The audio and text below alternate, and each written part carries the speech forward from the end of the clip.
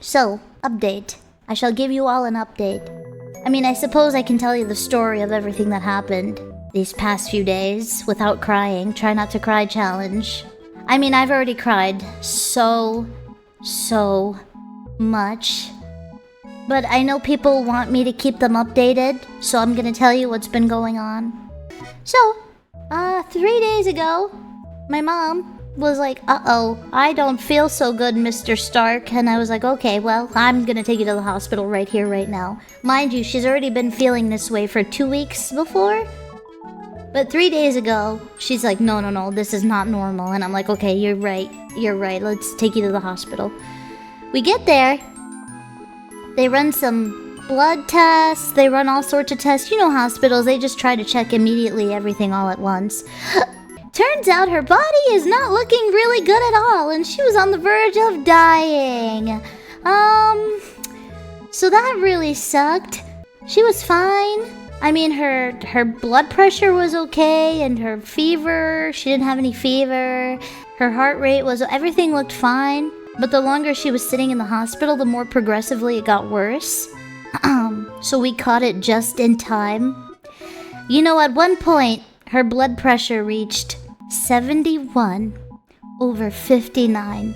And if you have any sort of understanding of what a normal blood pressure looks like, it's not that. So what happened? One by one, doctors came in. So first the heart doctor came in, right? And he was like, uh-oh, you got fluid around your heart. And then they left. And then another doctor came in. A liver doctor. Uh-oh, your kidneys and livers don't look too great. And then comes the next doctor. This is just a general doctor. Uh-oh, you have a lot of fluid in places that they shouldn't be. In your feet, around your heart, around here, and places where they should not be. Okay. Next doctor comes in. Your potassium's too high. And when the potassium is way too high, it can disrupt your heart rhythm, which can be horrible. Okay. Another doctor comes in. Oh no, your sodium is drastically low, which, if we raise it too fast, you might have a stroke. So, every single time a doctor walked in, I walked out and started crying. I'm smiling right now, so I can really try not to feel anything right now. I really thought it was it. I thought that was the day. It was a really horrible day. And she didn't pee or poop all day either. So that's where all the liquid was going. It was going to her heart. 1 second. 1 second. Sorry, I just walked away and walked back just to recollect myself because I don't want to cry. I've already cried. How many times have I cried on stream before? So, after that horrible day, which none of the doctors expected to bounce back from, she somehow made it. And oh man. She is a warrior. She is very strong. After all that happened to her that day, the doctors were just astounded by how she survived. So, I'm very, very proud of her for fighting the way that she did. And then the next day, she peed first thing in the morning, which was really, really good to hear. You don't understand, such a little thing helped her body so much because the fluid was starting to drain from her body. And when I got there, her foot swelling even went down around nighttime. All of her foot swelling and her body swelling went down. And they eventually figured out what happened to her, what was the cause of all this. So as you know, my mom has smoldering myeloma, which means it's like a bone marrow disease / cancer, except you call it smoldering when it means that it hasn't happened yet. So she has smoldering. So myeloma is the type of cancer that she has. but it was smoldering, meaning she hasn't had it yet. But she got diagnosed for smoldering myeloma a year ago.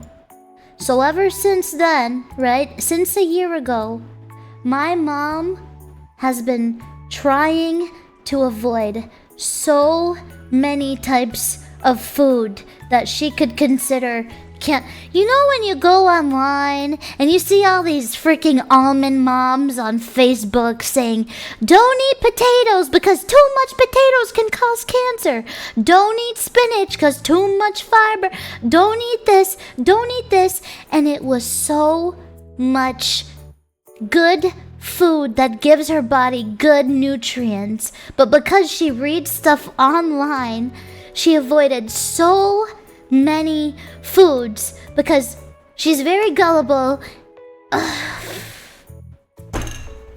Because she was really scared to eat stuff that would trigger her myeloma to no longer be smoldering. Does that make sense? So she lost 30 pounds. Mind you, when she got diagnosed, she was already very tiny. She was already 100 pounds. And she lost 30, so now she weighs 70 pounds, which is really, really not good. She starved herself because she was so scared. And because her body was so weak and tired and broken the day that we got there, because she had not much left to fight in her. She has cancer now. She has cancer.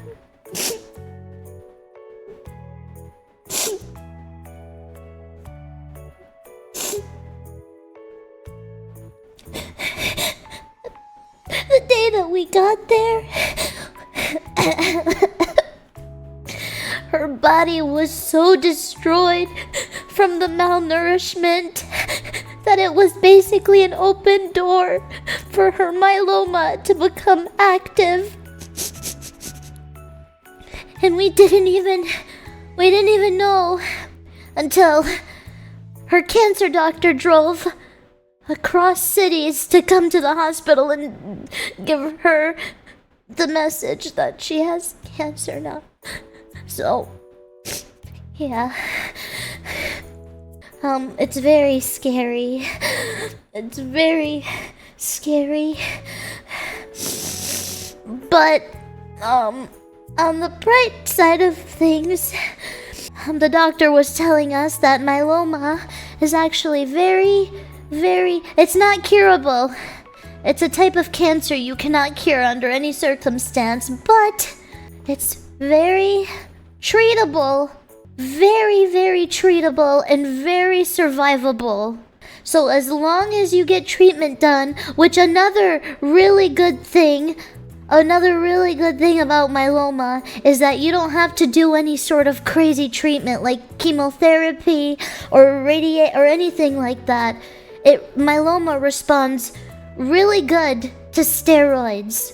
That's how you treat myeloma, is by steroids, and it actually dies very easily. You can't fully get rid of it, but you can keep it at a very low level at all times as long as you keep up with the treatments. And it's not gonna hurt her, it's not gonna make her sick like chemo, so she's gonna become really buff and strong, and she's gonna have more muscles than me and my dad combined now.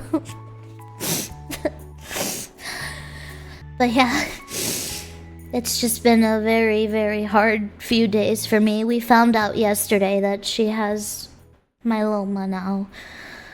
And today she did the biopsy to check her bone marrow to see where it's at. But the doctor did tell us that it's very early, so it's not anything too scary, because they caught it just as it arrived. So, and you want to know another really, really good thing? Knock on wood. So besides that, myeloma is very survivable, very treatable, and it's also really easy to treat. Another thing is that currently the ICU that she's in right now, the hospital that she's in, they actually treat for myeloma in the hospital, so she doesn't have to be transferred anywhere. She can do it right there while she's still being monitored by all the doctors and the nurses, and they're taking such good care of her. And now yesterday, as soon as we found out, we started the treatment for myeloma. She took her first steroids. So it's awesome that they actually treat it over there. I feel so bad. Hi, Numi. Hi, I love you. I love you so, so much. I love you so, so much. Guys, Numi is such a good friend. She's so good to me.